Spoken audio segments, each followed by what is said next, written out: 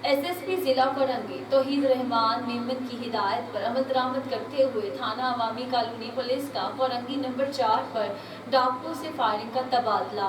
Police की जवाबी firing से एक डाकू को जख्मी हालत में गिरफ्तार कर लिया गया।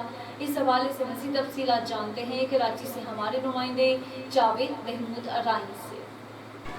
जी बिल्कुल, एसएसपी जिला कोरंगी तौहीद रहमान मेमन की हिदायत पर अमल दरामद करते हुए थाना अवामी कॉलोनी पुलिस का कोरंगी नंबर 4 पर डाकुओं से फायरिंग का तबादला। कोरंगी पुलिस की जवाबी फायरिंग से एक डाकू को जख्मी हालत में गिरफ्तार कर लिया गया।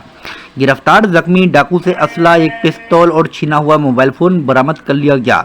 पुलिस के मुताबिक गिरफ्तार जख्मी डाकू की शनाख्त आफाक वल्द इसाक के नाम से हुई।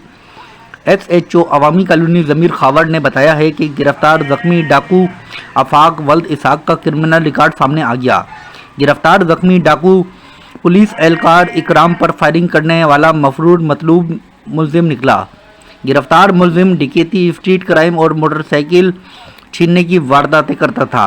गिरफ्तार मुलजिम पर मुख्तलिफ थानों में 8 से ज़ायद संगीन नौइयत के मुकदमात दर्ज हैं।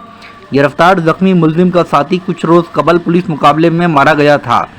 अवामी कॉलोनी पुलिस का कुछ रोज़ कबल सिंगर पुलिया पर डाकुओं से फायरिंग का तबादला हुआ था। पुलिस मुकाबले में फरार डाकू की फायरिंग से एक पुलिस एहलकार इकराम जख्मी हुआ था। पुलिस की जवाबी फायरिंग से एक डाकू मारा गया था जबकि दूसरा डाकू फरार हो गया था। गिरफ्तार जख्मी मुलजिम से मजीद इंटेरोगेशन का अमल जारी है। जी।